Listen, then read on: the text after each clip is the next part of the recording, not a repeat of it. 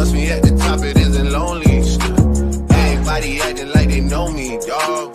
Even when I was in high school, I would tell people I'm going to be a movie director, and they'd be like, "Okay, that's great, that's good, that's a great goal." My dad was definitely not into it as a career choice. He was like, "Okay, that's cute, but then when you get your real job, what's that going to be?" Hi guys, I'm Zack Snyder, and this is the timeline of my career.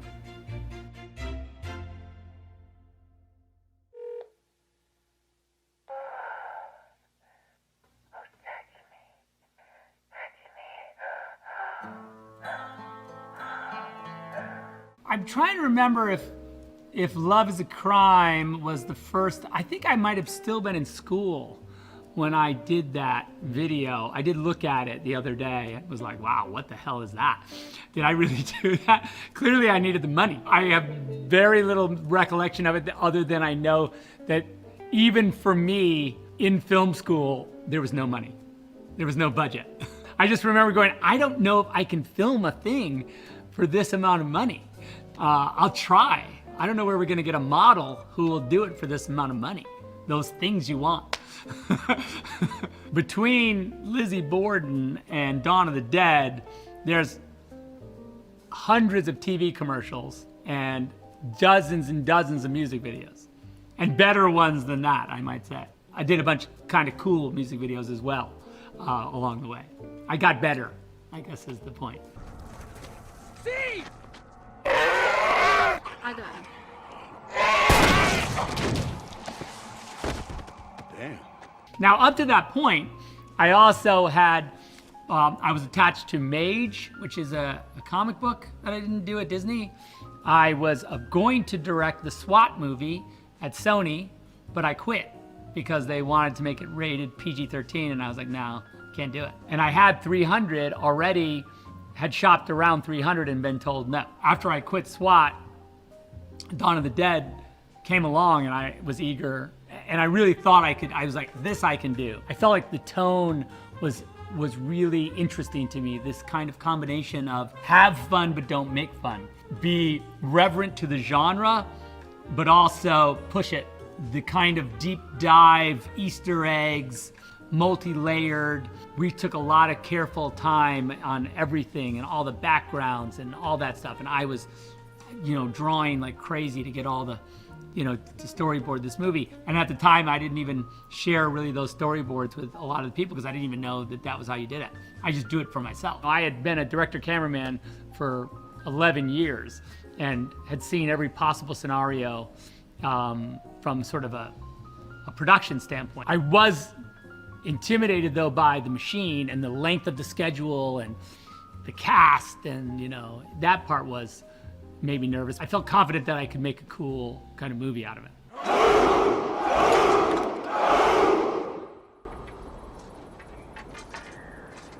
See, old friend, I brought more soldiers than you did.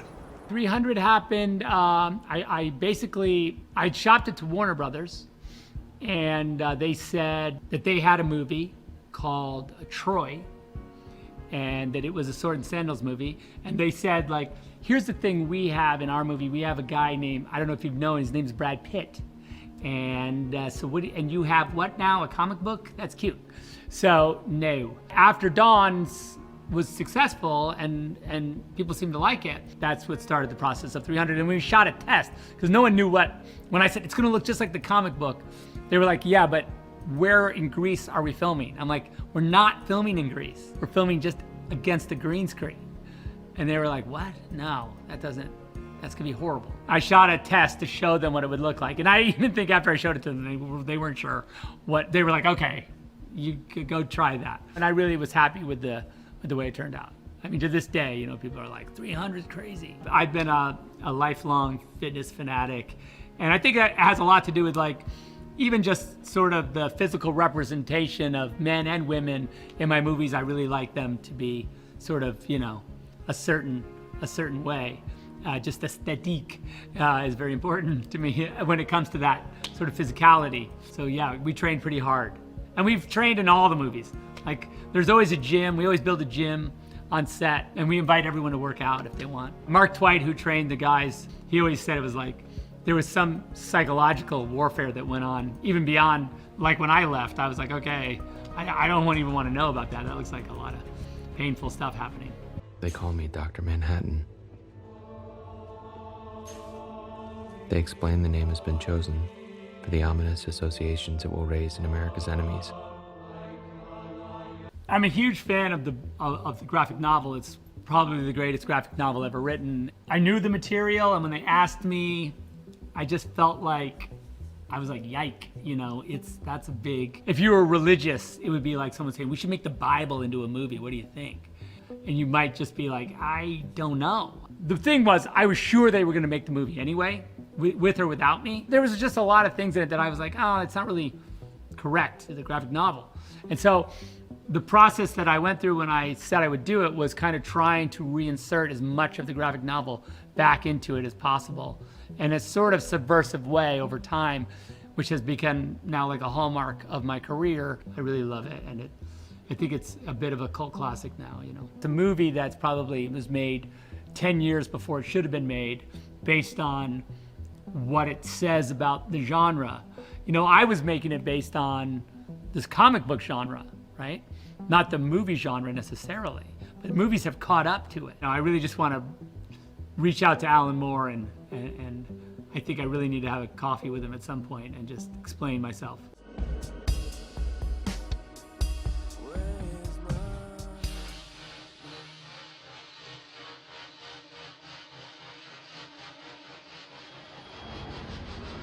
That was a movie I wrote with my friend Steve Shibuya, and Steve and I had been talking about the movie for a long time, actually, because the movie to me is you know, people don't acknowledge it, but you know, it's a protest movie in a lot of ways. You know, it's a movie about genre. You know, like I was asked at the time, like, why did you dress the girls like that? And I always go, I didn't dress them like that, you did. I always saw it as an indictment of, in some ways, of like, you know, popular culture. I think at the time, you know, I was criticized for it being the opposite, you know, like some sort of sexist like rant, but it was fun to make, and I still love it to this day. That was the first time where I really faced like a true radical restructuring of a film for it to be more commercial. And there is a director's cut of that movie that has yet to be released. I'll say that out loud.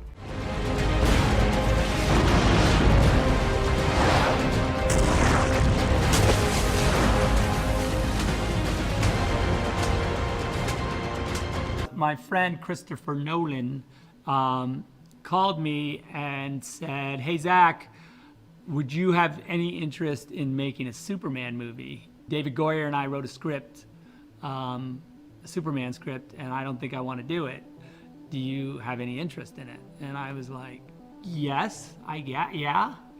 And so he sent the script over, and I read it, and it was cool. He had seen Watchmen and really enjoyed it. I began the process of Man of Steel, and casting as Superman, and trying to say, like, what is Superman for now, for us, for our generation? Like, what is Superman gonna be? I'm like, here's the guy I want to play Superman. His name's Henry Cavill. And then I did the best I could. I would like filmed him with his cape on, with like flary cool backgrounds. I had him standing there in slow motion with the cape flapping, and, you know, showed it to the studio and said, like, right? And they were like, yeah, it's pretty, yeah, it's cool. Watchmen, yes, it's a complete deconstruction. Like, you took the entire thing apart, the car. You took it completely apart. And then in Man of Steel, the thing was put the car back together now. That concept kind of goes across the entirety of the DC, of my DC run, in the sense that it was an exercise in construction and deconstruction and construction. We were gonna take the entire thing apart in BVS and to put the thing back together in Justice League, and then take it apart again and then put it back together again. That was kind of the way we saw the whole thing going. Hello, good. Hi, hello, Lex, it is a pleasure. Ow, wow, that is a good grip. You should not pick a fight with this person.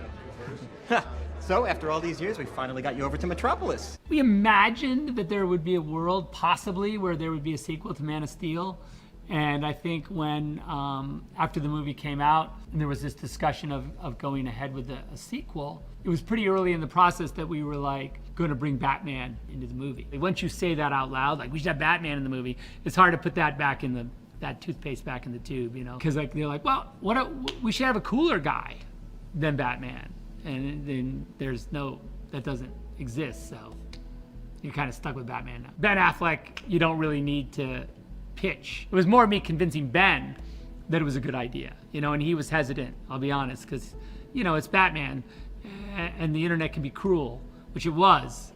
It's weird that now, you know, there's a huge cry for Ben Affleck to continue being Batman, which is ironic and fun. I like the cyclical nature of the internet. It's cool. It's poetic, truly. In BVS, when Ben smashes Superman on the head with the sink and then picks him up and carries him, throws him over the banister, and he lands on all the radiators. For some reason, and that down shot of Henry when Ben drags him out and his cape just goes across the radiators, and I don't know, for some reason that's one of those shots that I've just always loved, and if I hadn't made it, I would have thought it was cool. This world needs you.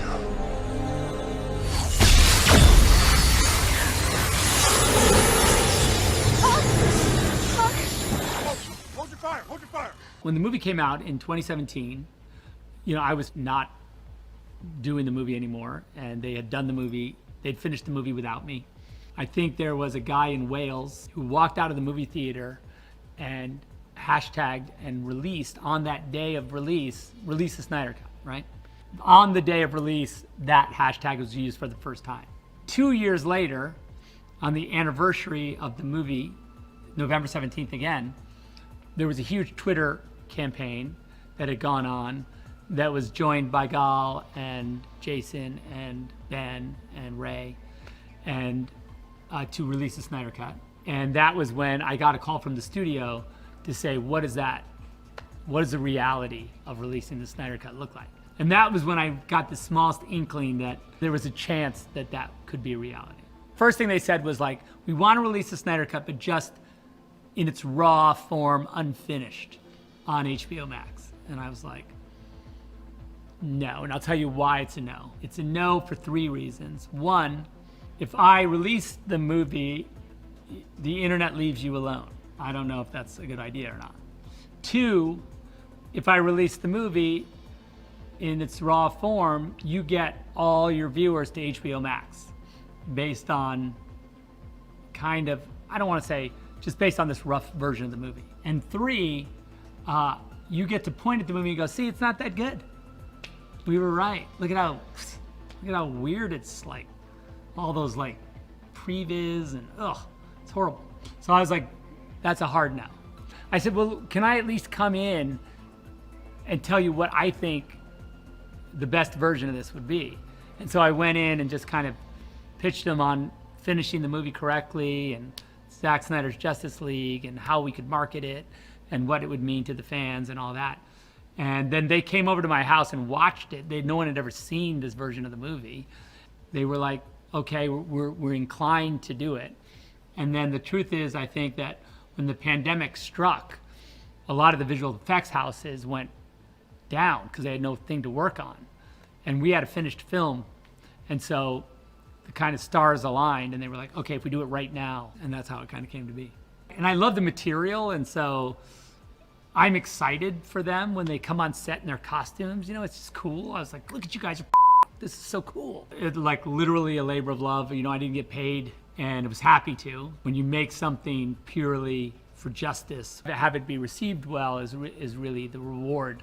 What the fans have done for suicide prevention and mental health awareness, if no movie existed, that would be enough, you know? So when I finished the movie, it was just one of those things where I just felt like, I hope I did enough, you know, for the effort, because it was such incredible effort that the fans put forward, and yeah, so I thank them.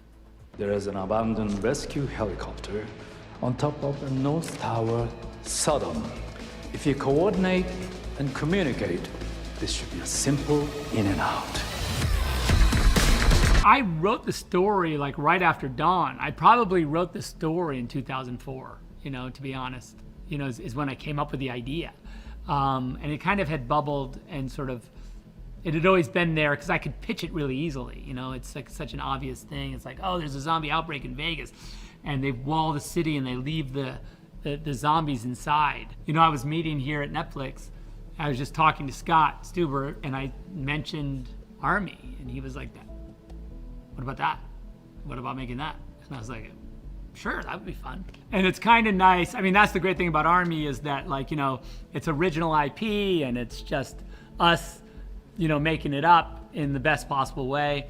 And I think that that's really refreshing for me. The thing about Army of the Dead that I really enjoyed, one of my favorite parts of it was shooting the movie as well.